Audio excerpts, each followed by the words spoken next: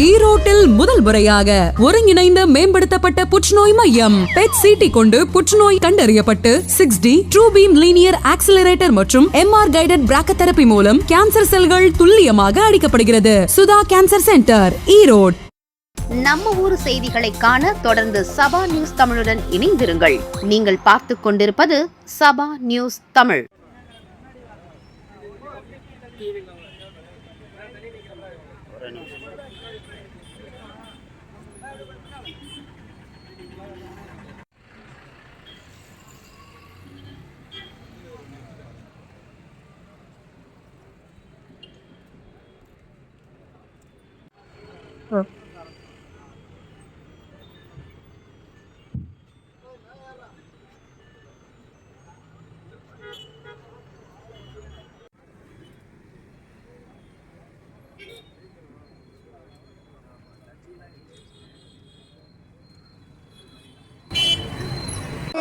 யாதும் ஊரே யாவரும் கேளு, யாதும் ஊரே யாவரும் கேளு. ஆர்ப்பாட்டம் இது ஆர்ப்பாட்டம், ஆர்ப்பாட்டம் இது ஆர்ப்பாட்டம். மனிதநேய மக்கள் கட்சியின், மனிதநேய மக்கள் கட்சியின் மக்கள் எழுச்சி ஆர்ப்பாட்டம், மக்கள் எழுச்சி ஆர்ப்பாட்டம். ஆர்ப்பாட்டம் இது ஆர்ப்பாட்டம், ஆர்ப்பாட்டம் இது ஆர்ப்பாட்டம். மனிதநேய மக்கள் கட்சியின், மனிதநேய மக்கள் கட்சியின் மக்கள் எழுச்சி ஆர்ப்பாட்டம், மக்கள் எழுச்சி ஆர்ப்பாட்டம். அரசியல் சாசன உரிமைகள் காக்க, அரசியல் சாசன உரிமைகள் காக்க அனைவரும் சேரும் போராட்டம், அனைவரும் சேரும் போராட்டம். மோடி அரசே, குன்றிய மோடி அரசே, கைவிடு கைவிடு கைவிடு கைவிடு. முஸ்லிம்களுக்கு எதிரான வன்மத்தை கைவிடு, முஸ்லிம்களுக்கு எதிரான வன்மத்தை கைவிடு. சிதைக்காதே சிதைக்காதே சிதைக்காதே சிதைக்காதே சிதைக்காதே. சிறுபான்மையினரை சிதைக்காதே, சிறுபான்மையினரை சிதைக்காதே புதைக்காதே புதைக்காதே, புதைக்காதே புதைக்காதே. அரசியல் சட்டத்தை புதைக்காதே, அரசியல் சட்டத்தை புதைக்காதே. வக்கிரத்தில் உக்கிரத்தில் உக்கிரத்தில் உக்கிரத்தில் வக்பு சட்டம் திருத்துகிறாய், வக்பு சட்டம் திருத்துகிறாய், வக்கிராய் சட்டத்திலே செலுத்துகிறாய். மதவெறியோடு பாசிச போக்கை மதவெறியோடு பாசிச போக்கை சட்டத்திலே செலுத்துகிறாய், சட்டத்திலே செலுத்துகிறாய். CAA சட்டத்தால் சிலை காட்டுகிறாய், வக்பு சட்ட திருத்தத்தால் வக்கிர போக்கை காட்டுகிறாய். உடை கொடுத்த சொத்துக்களை உடை கொடுத்த சொத்துக்களை புடியை கெடுக்கும் திட்டத்தால் புலியை கெடுக்கும் திட்டத்தால் தடைபடுத்த முயலாதே, தடைப்படுத்த முயலாதே. தழுவிய போராட்டத்திற்கு தேசம் தழுவிய போராட்டத்திற்கு முஸ்லிம்களை தள்ளாதே, முஸ்லிம்களை தள்ளாதே, எண்ணாதே எண்ணாதே, எண்ணாதே எண்ணாதே, நசுக்கிடலாம் என்ன எண்ணாதே. அசைக்கிடலாம் என எண்ணாதே. நாடாளுமன்ற கூட்டுக்குழு நாடாளுமன்ற கூட்டுக்குழு நாடு முழுவதும் சென்றது, நாடு முழுவதும் சென்றது, முழுதை பதிவு செய்தது. அமித்ஷாவின் கொக்கரிப்பு அமித்ஷாவின் கொக்கரிப்பு சட்டத்தை ஏறி மிதிக்குது, சட்டத்தை ஏறி மிதிக்குது. நாணயமற்ற ஆணவ கும்பல் நாணயமற்ற ஆணவ கும்பல் நாடகம் எழுதி நடக்குது, நாடகம் எழுதி சோதிக்காதே சோதிக்காதே. சமுதாயத்தின் பொறுமையை சோதிக்காதே, சமுதாயத்தின் பொறுமையை சோதிக்காதே. வக்பு சட்ட திருத்தத்தை வக்பு சட்ட திருத்தத்தை கேட்டது யார் கேட்டது யார், கேட்டது யார் கேட்டது யார். மதவெறி கும்பலின் வேண்டாம் வேண்டாம் திருத்தங்கள், வேடம் அணிவதை நிறுத்துங்கள், வேடம் மணிவதை நிறுத்துங்கள். வெளிநாடு சுற்றும் பிரதமரே, வெளிநாடு சுற்றும் பிரதமரே, வேண்டாம் இந்த பெருந்தவரே, வேண்டாம் என்ற பிறந்தவரே. சங்கிகள் போட்ட திட்டத்தோடு சண்மையில் தேசம் உருப்படுமா? திரும்ப பெறே திரும்ப பெறே, திரும்ப பெறு திரும்ப பெறு. வக்பு சட்ட திருத்தங்களை வக்பு சட்ட திருத்தங்களை திரும்ப பெறே திரும்ப பெறே. திரும்ப பெறு திரும்ப பெறு. ஒன்றாய் நிற்குது சமுதாயம், நிற்குது சமுதாயம், வென்றே தீரும் எம் நியாயம், வென்றே தீரும் என் நியாயம். ஆர்ப்பாட்டம் இது ஆர்ப்பாட்டம், ஆர்ப்பாட்டம் இது ஆர்ப்பாட்டம். மனிதநேய மக்கள் கட்சியின் மனிதநேய மக்கள் கட்சி மக்கள் எழுச்சி ஆர்ப்பாட்டம், மக்கள் எழுச்சி ஆர்ப்பாட்டம்.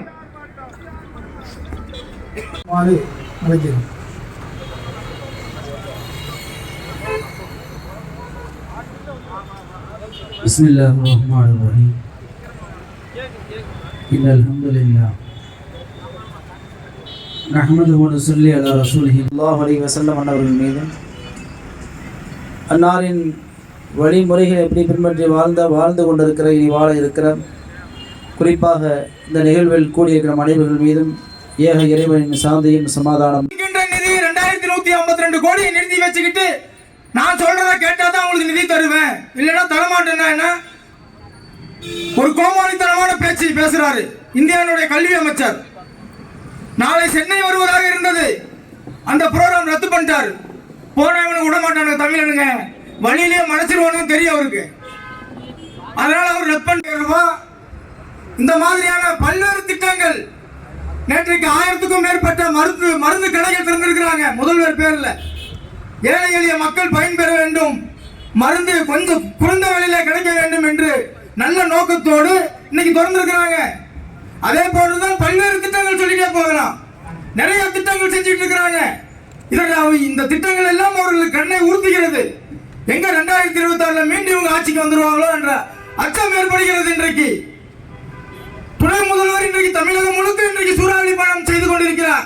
சிறப்பாக செயல்படுகிறார். யார் செய்தால் என்ன, சிறப்பாக பணி செய்தால் ஓகே, அவ்வளவுதான். அதெல்லாம் பொறுக்க முடியல உங்களுக்கு. இன்றைக்கு 4 செவத்துல இருந்து கொண்டு நாளைய முதல்வர் என்று சொல்கிறாங்க. இன்றைக்கு இதெல்லாம் எடுபடாது. 2026 தேர்தலிலே மிகப்பெரிய வெற்றியை திராவிட முன்னேற்ற கழகம் சந்திக்கும். இந்த இருக்கின்ற கூட்டணி, அந்த கூட்டணி அப்படியே அமையும். இந்தியா கூட்டணி, இதுல எந்த மாற்று கருத்தும் கிடையாது. மத்திய அரசு, மோடி அரசு இந்த வக்ஃப் வாரிய சட்டத்திலே எந்த திருத்தமும் செய்யக்கூடாது. இன்றைக்கு தமிழகம் முழுக்க மனிதநேய மக்கள் கட்சியின் சார்பில் மிகப்பெரிய ஒரு போராட்டத்தை அறிவித்திருக்கின்றோம். இந்த வக்ஃப் வாரிய சட்டம் என்பது எப்படி இருந்ததோ அதே மாதிரியான சட்டத்தமா இருக்க வேண்டும். புதிதாக ஒரு சட்டத்தை நீங்கள் எதுவும் செய்யக்கூடாது. இந்த முஸ்லிம் வக்ஃப் வாரிய திருத்த சட்டம் என்பது, வக்ஃப் சொத்து என்பது முஸ்லிம்களுடைய சொத்து. இது யார் நிர்ணயிக்க வேண்டும், யார் அனுமதிக்க வேண்டும் என்ற அதிகாரம் உங்களுக்கு கிடையாது. இதில் நீங்க மாற்று சகோதரர்களை 2 பேர்த்த நீங்க நியமிக்கணுங்கிறீங்க, இந்துக்களை நியமிக்கணுங்கிறீங்க. வக்ஃப் சொத்தை பத்தி அவங்களுக்கு என்ன தெரியும்? ஒண்ணுமே தெரியாது. நீங்க பிஜேபி இருக்கிற ஆளையும் RSS இருக்கிற ஆளையும் 2 பேர்த்த போட்டு கலெக்டருக்கு அதிகாரத்தை கொடுத்து உங்க அதிகாரத்தை பயன்படுத்தி இஸ்லாமிய சொத்துக்களை அபகரிக்கணும்னு பாக்குறீங்க. ஒரு காலமும் முடியாத அந்த சொத்துக்களை அபகரிக்க மீண்டும் ஒரு சுதந்திர போரை நீங்கள் எதுவும் ஏற்படுத்தக்கூடாது. இந்த ஆர்ப்பாட்டத்தின் வாயிலாக கேட்டுக்கொள்கின்றேன்.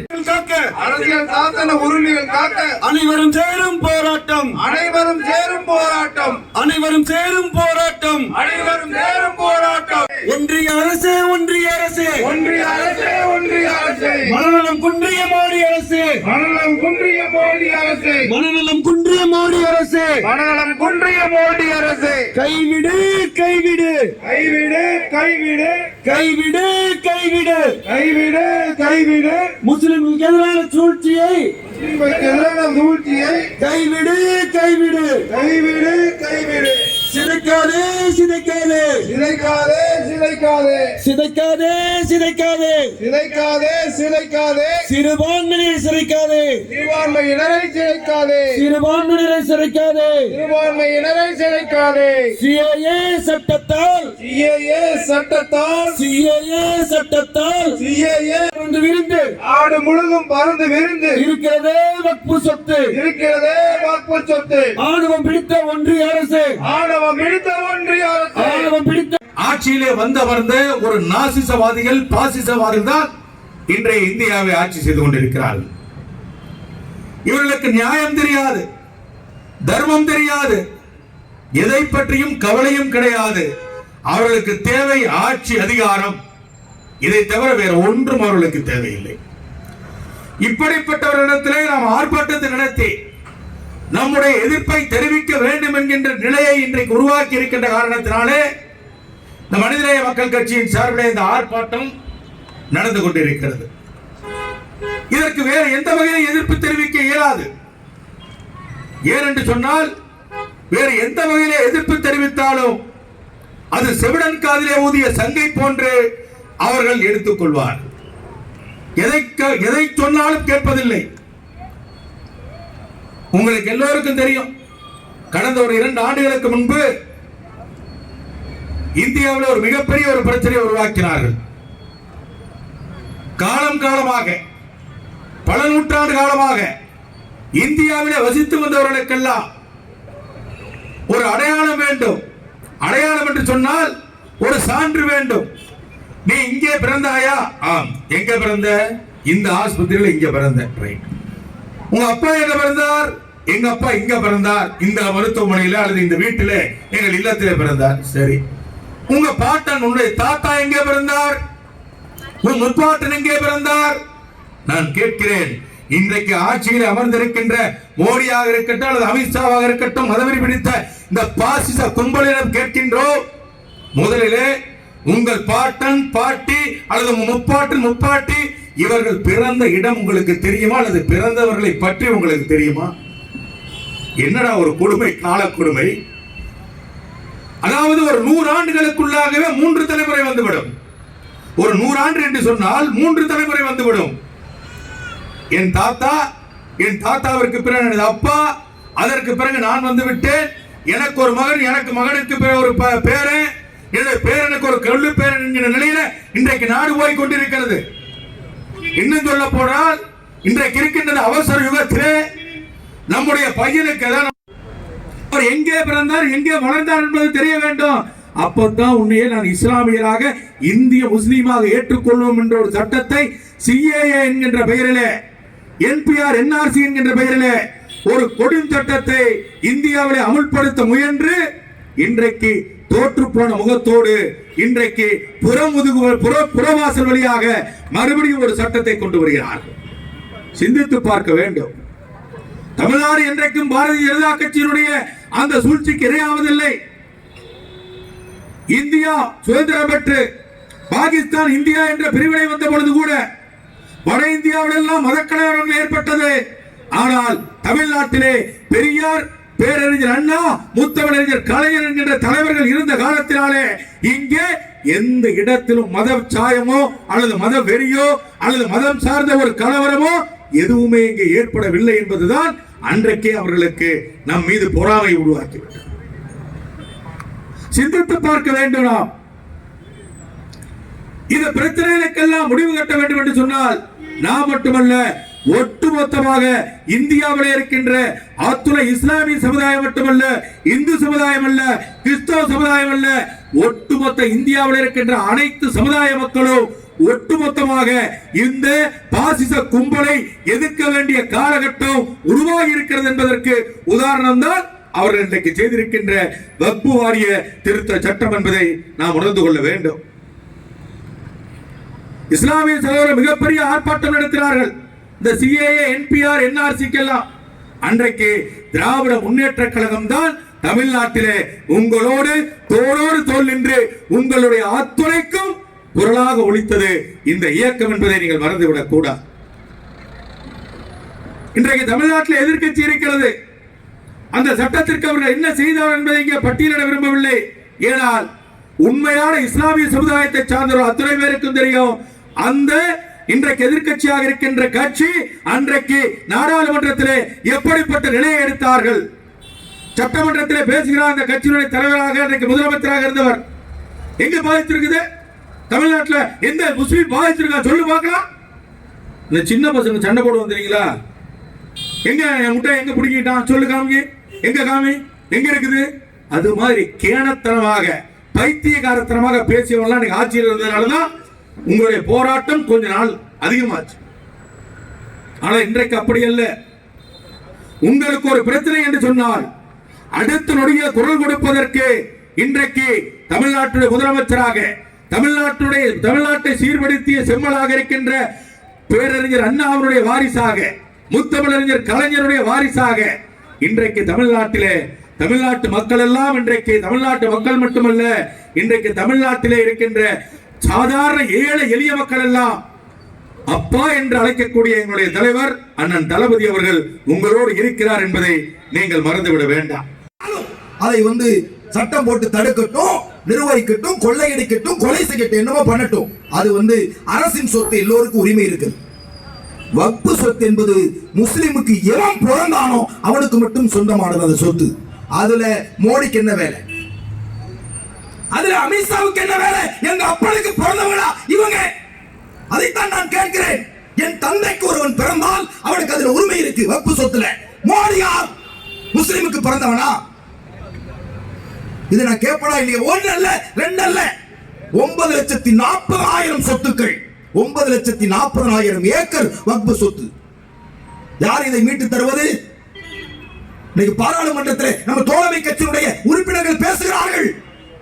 இந்த சட்டமன்றத்திலே கூட தீர்மானம் நிறைவேற்றப்படலாம், இந்த சட்டத்தை நாங்கள் ஏற்க மாட்டோம் என்று சொல்லி ஸ்டாலின் அவர்களுடைய தலைமையில ஒரு தீர்மானம் நிறைவேற்றப்படலாம்.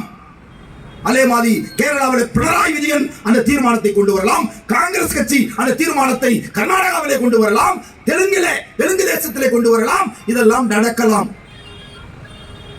அதெல்லாம் அவர்கள் செய்வது. முஸ்லிம்கள் உங்களுடைய சொத்தை மீட்டெடுப்பதற்கு நீங்கள் தயாரா?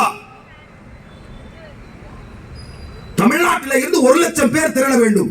இந்திய நாடு முழுக்க 30 லட்சம் பேர் திரண்டு போராட்டம் நடத்த வேண்டும். வேளாண்மை திருத்த சட்டத்துக்கு எதிராக விவசாயிகள் ஒன்று கூடினார்கள். சீக்கிய பெருமக்கள் ஆர்ப்பாட்டத்துக்கு கூப்பிட்டாங்க, அவங்கள போராட்டத்துக்கு கூப்பிட்டாங்க. 6 மாசத்துக்கு அரிசி எடுத்துட்டு வந்தான், ரோட்ல பாத்ரூம் கட்டினான், ரோட்ல சலவை செய்தான், ரோட்ல சப்பாத்தி சுட்டான், ரோட்லயே எல்லாத்தையுமே பண்ண 6 மாத காலத்திற்கு போராட்டத்துக்கு தயாராகி வந்த விவசாய பெருங்குடி மக்கள். ஆனால் ஒரு முஸ்லிம் நம்முடைய போராட்டத்தினுடைய முனை மழுங்கப்படுகிறது. ஒரு அடையாள போராட்டம். அடையாள போராட்டங்களால் நீங்கள் வெற்றி பெற இயலாது என்பதற்காக நான் இந்த விழிப்புணர்வை உங்களுக்கு செய்கிறேன். நமக்காக இந்த சகோதரர்கள் தோழர்கள் நன்றி உணர்வோடு, தோழமையோடு, சகோதர உணர்வோடு வந்து நிற்கிறார்கள். திராவிட முன்னேற்ற கழகம் நம்மோடு நிற்கும், திராவிடர் கழகம் நிற்கும், விசிக நிற்கும், காங்கிரஸ் நிற்கும், மாற்று கருத்தில்லை. ஆனால் சட்டம் இயற்றுகின்ற அவையிலே யார் உண்டு நமக்கு? இன்னைக்கு மெஜாரிட்டி பிஜேபி.